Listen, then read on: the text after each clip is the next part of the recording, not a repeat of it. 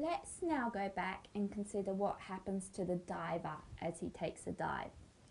So as the diver descends, there's more and more water on top of him.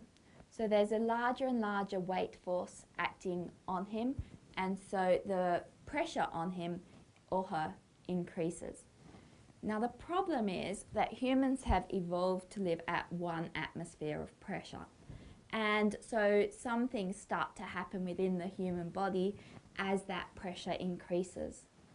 One of these things is that as the pressure increases, we get more and more of the nitrogen and oxygen from the air which you're breathing dissolved in your blood. So this can actually cause a bit of poisoning. So the nitrogen, that as you get more and more of that dissolved in your blood, you begin to feel euphoric, and then your judgment becomes impaired and you can get sleepy. With oxygen, if you get too much of that dissolved in your blood, you can get oxygen toxicity, which is where you're literally getting poisoned by the oxygen. So that's the problem as you descend. Divers use combinations of different types of gases to try and minimize this problem. The other problem happens when you ascend, so when you're going up. As you go up, the pressure decreases. And so the amount of the nitrogen and oxygen dissolved in your blood also decreases. Now if you ascend really quickly, it's like opening a bottle of soft drink. All the gas suddenly leaves the bottle. If all this gas suddenly leaves your blood, you get little air bubbles inside your blood, and these air bubbles can actually get lodged in the fine capillary tubes inside your body and can block blood flow, which can be really dangerous. So it's really important that the divers ascend really slowly so that the nitrogen and oxygen which has become dissolved in their blood can slowly leave it over time. Let's now calculate the amount of pressure that divers feel at a few different depths.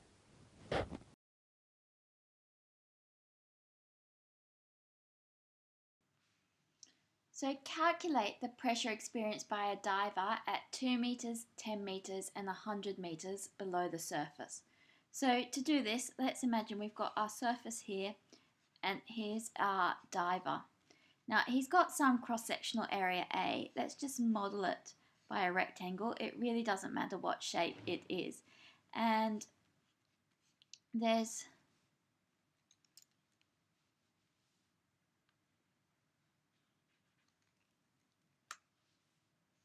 a prism of water on top of him with this volume here.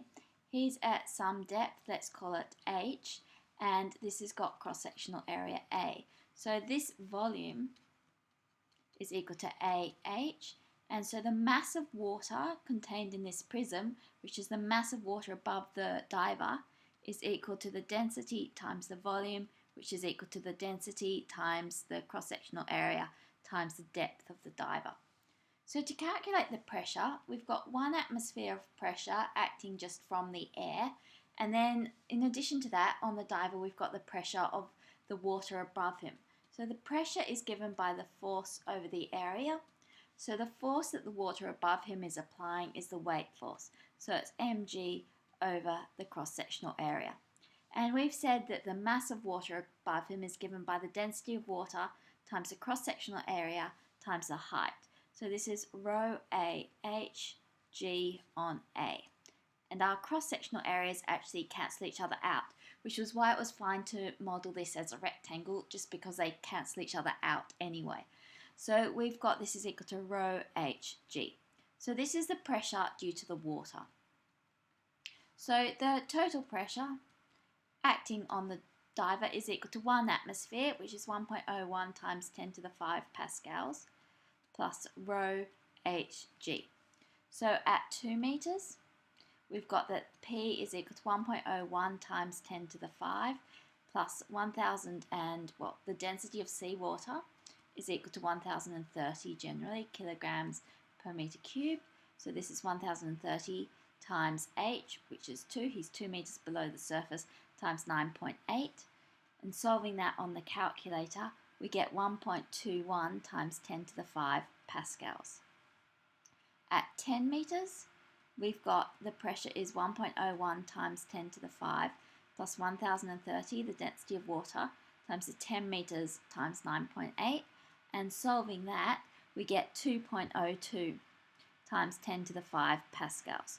So that's almost twice, well, that is exactly twice atmospheric pressure.